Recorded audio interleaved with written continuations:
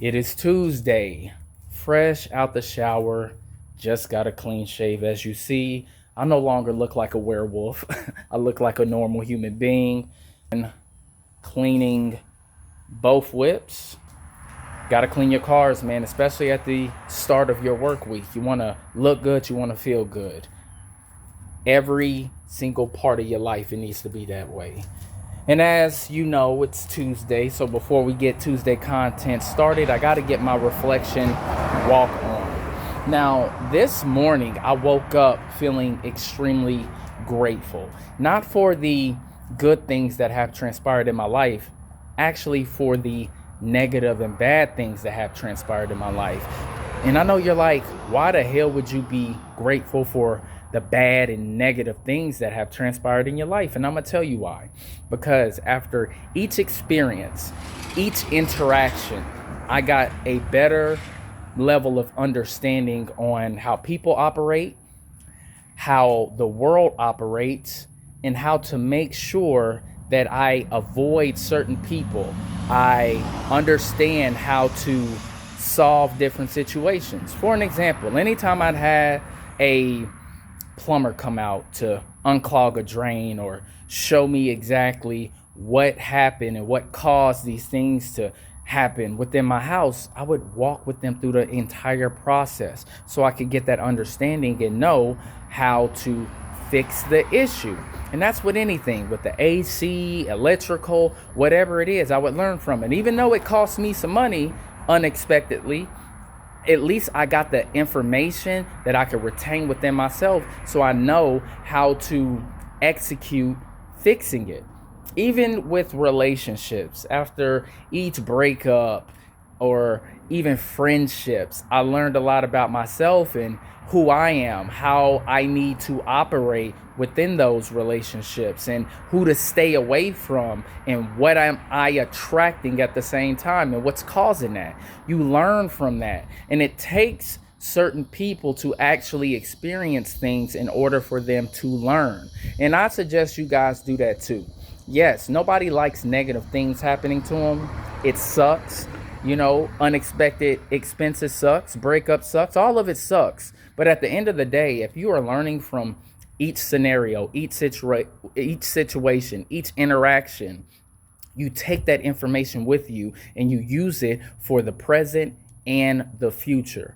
Always look at the negative things like there is a positive aspect to it. And when it happens, you won't just be down at the dumps. You won't be depressed. You won't feel like nothing is going well in your life. No, you won't think of it in that sense. You'll look at it like, oh, okay, well, this is another learning opportunity for me to learn about myself and about different scenarios and situations. And now I know how to adjust and adapt to it. All right. Tuesday content starts right now.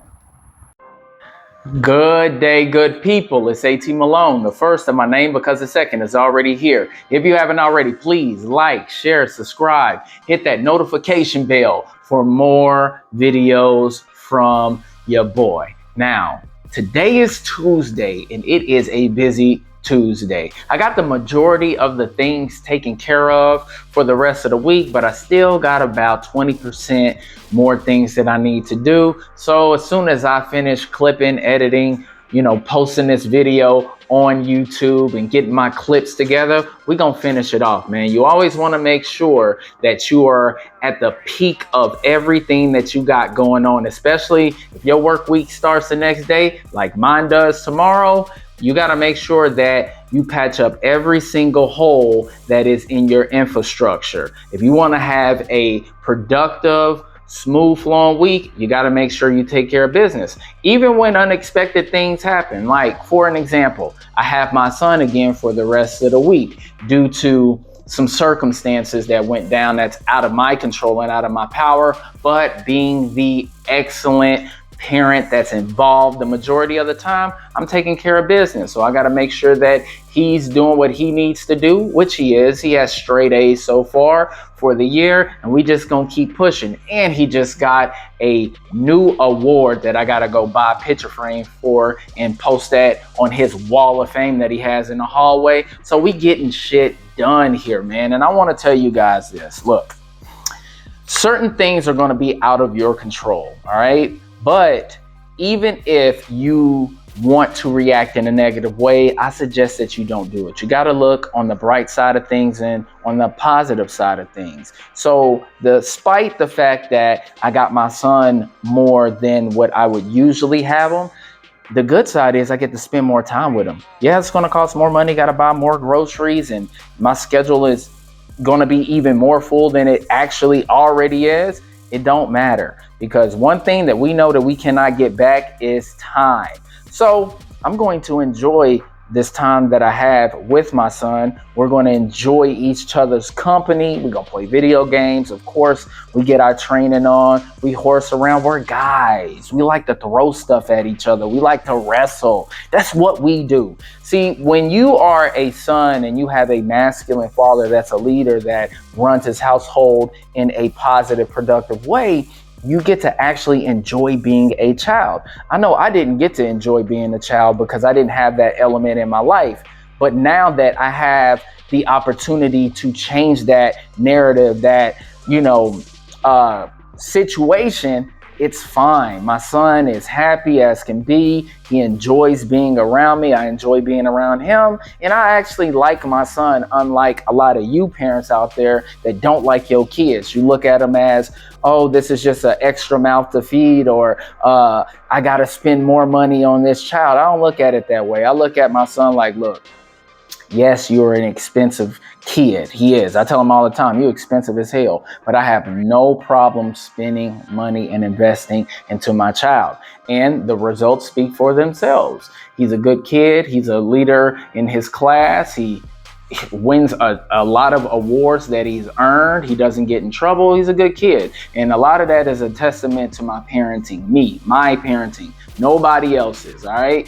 That is 100% fact. You can ask anybody that is connected to me, man. I invest a lot into my child. I make a lot of sacrifices that most parents would not when it comes to their child. And I'm just looking at the results, and I'm going to keep it moving, man. But, I got to get my dialogue on before we get to it, and it is Tuesday, and we are on The Richest Man Who Ever Lived, King Solomon's Secret to Success, Wealth, and Happiness. And we are actually wrapping up chapter 2, finally, right? This is part 5, and the title to this chapter is The Key to Winning Every Race. Now, last week, we discussed the 4 root causes of laziness, which is self-centeredness, conceit, which is arrogance, ignorance, and irresponsibility. Now, we are going to discuss Solomon's steps to bring diligence into your life. Now, before anything, being truly diligent takes time and requires making a habit of using diligence daily in the important areas of life. Now, we're going to talk about step 1, which is wake up to reality. Now, Proverbs 6:9-11 says, "How long will you lie there?" he asked. "When will you get up from your sleep? Poverty will come on you like a bandit, and scarcity like an armed man." Now, we think we have more time than we actually do to achieve our personal and professional goals. So we procrastinate doing what we should do. Now, this is an example. Excuse me, man. I got my braces tightened up yesterday, so still working through the motions. But anyways, so for an example, 80% of Americans are overweight. 80%. America is fat as hell. Now, it doesn't help that we have these food influencers that go around trying a whole bunch of junk food that we should be eating in moderation. They're actually contributing to the issue that we have. Now, we also know that most people don't even start taking care of their health until they start having health issues. Why is that? They procrastinate. It's tough having to wake up on a regular basis and go outside and run, or get in your vehicle and go to the gym. You don't even have to do all of that. You just have to get your body in motion. But most Americans don't do that. They wait to the last minute to where they start getting high blood pressure. They start, having issues with their knees, inflammation, and they start becoming diabetic. All of these things that could have been prevented, but they waited to the last minute. No, this is why I preach about being healthy, working out on a regular basis. Check out Morning PSAs. I do it 6 days a week, man. So I lead by example when I talk about these things, but we procrastinate so much on things that we just push back. Stop doing it. Just fight those things head on. Take care of business head on. Yeah, you might not want to do it right then and there, but guess what? The more that you delay, the more that you got to wait for the results to happen in your life in a positive way. All right. So step 2 is define your vision. Solomon wrote in Proverbs 28:19, without a vision, the people perish, meaning where we have no vision, we lose our direction, motivation, joy, our passion, energy, creativity, and commitment. Whenever you introduce a true vision into any area in your life, you gain new energy, motivation, joy, passion, creativity, and commitment. It's impossible to be truly diligent if you don't have a clear vision of what you want to achieve. In Proverbs 6:6, Solomon tells us those who lack diligence look closely at the ant. The ant has no commander, no overseer or ruler, yet it stores its provisions in the summer and gathers its food at harvest, meaning it does what it needs to do without being supervised for its benefit and the benefit for the entire colony. Now, let's talk about vision. I always say this, man. You got to know what you want early in life. I've said this multiple times when I was doing the Richest Man in Babylon, and now I'm telling you guys here. You have to have that clear vision as a youth, and you have to use that as your guiding light to get what you want out of life. You need to think about what type of lifestyle that you want, what type of career field that you want to go into. Have multiple ones, so whenever you get older and you start, living life and experiencing certain things, you can start pinpointing those things. But if you don't know what you want to be in life, or the things that you want to have, or what type of house or husband, wife, whatever, you're going to end up making a lot of mistakes. It's like you're just throwing shit on the wall, seeing what sticks, and that is not the right mentality to have at all. As well as this, look, women, never ever date a guy that has no vision on what their future looks like, no direction. If they're just living to live, they're being this free-spirited person, do not date him. Do not entertain any type of guy like that. He will wreck your life, because contrary to popular belief, women look to us for structure, for direction. This is why I say men lead, women follow. If you find yourself with a guy that has no clear vision on what he wants his life to look like with himself or with you, stop talking to him. Date a guy that already has his vision set up. Maybe he is on the road to success. You can help him get to where he needs to be, and he's going to pull you along with him. But never date a guy like that. Even with my son, right? He's having issues with dribbling. So you know what I do? I say, listen, bruh, you need to do this and do that, because this is what helped me. I had the same issue with dribbling, so I can utilize my experience with helping him out as well. I know what he wants to be as far as being on that court as a basketball player, what position he wants to play, the things that he wants to do. So it's my job to make sure that I have the vision for him as well, and say, okay, if this is what you want to do, this is what you need to do. This is what you need to improve on. All right. So we are moving on to step 3, which is effectively partner. Now, Proverbs 15:22 says, plans fail for lack of counsel, but with many advisors, they succeed. It's impossible to be diligent in any worthwhile endeavor without seeking outside counsel and effectively partnering. We don't know everything. We might be knowledgeable in a few things, but we're totally ignorant in millions of other things. In order to achieve excellence in areas that we lack, we must seek out counsel or effectively partner. Now, as I've gotten older, I've realized that there is no such thing as being self-made. Now, self-sufficient is a thing, but everybody needs help along the way. Let's look at this, right? So even our most wealthiest, successful guys in the present day, let's take a Elon Musk, right? Well, you know, he was part of the PayPal mafia with Peter Thiel. You got Bill Gates, who founded Microsoft with Paul Allen. You also have, you know, these other, you know, groups of people who have partnered together to help each other out. Even look at Facebook, right? It wasn't even Mark Zuckerberg who solely, you know, put together Facebook. It was with some of his classmates. He even had a angel investor to help him develop Facebook into what it is today. So we all need to seek counsel. If you are a parent, you are your child's first counselor. See, I don't even sign my son up to talk to no counselor at school because he got me. He can sit down in that living room, and we do this anyway. We sit down and we discuss things that are bothering him. I let him have the open floor. I let him have that safe space to talk to me. So, and even when he runs into certain situations and scenarios, I am the first point of contact for him. So if you are a parent and you are not your child's counselor, you are failing your child, period. All right. So we're going to the last step 4, which is pursue wisdom, build your life upon it.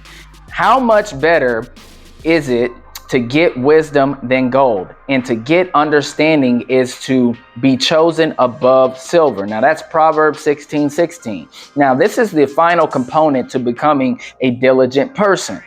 To pursue wisdom and to build your life upon its foundation, you must seek wisdom out like it's hidden treasure. Now, we live in 2025, all right? We have social media, we have AI, we have Google, YouTube, we have libraries still that people don't really go to anymore. So there is a multitude of different ways that you can seek knowledge. Hell, you can take online classes, you can take boot camps now to learn whatever you want. So there is no reason why people are walking around dumbfounded about things when you could literally just open up your phone and find the information that you need. But you got to be diligent about it. You can't be lazy. And that's the issue.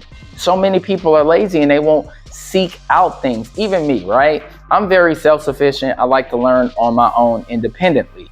Well, if I have a problem, I'm going to, you know, try to figure it out on my own by doing my own research. And if I still get, you know, stumped at it, then I will go seek counsel and I'll go to the source where I know they have the information. This is why having a network is so important.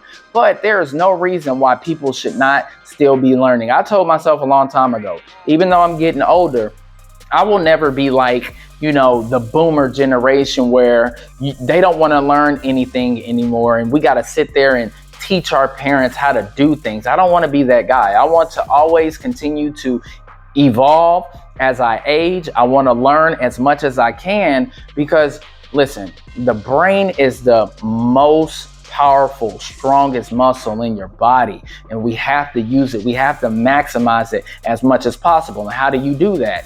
By always learning, retaining information, utilizing it on a regular basis. But the godly thing also is to push that information out to help other people as well. All right. Well, that is Tuesday's content. I think I knocked this out of the park in one take. There is no jump cuts, no edits. I just do what I do, man. I'm working tirelessly on my presentation, how I communicate. And I think I'm doing a damn good job at it, man. I appreciate everybody watching. Don't forget to like and subscribe, and I will catch y'all next week. Peace. Feel like they tryna box me in, so I keep a small circle around me. So fuck friends, I kept it real out the gate. These other cats pretend, reigning supreme is something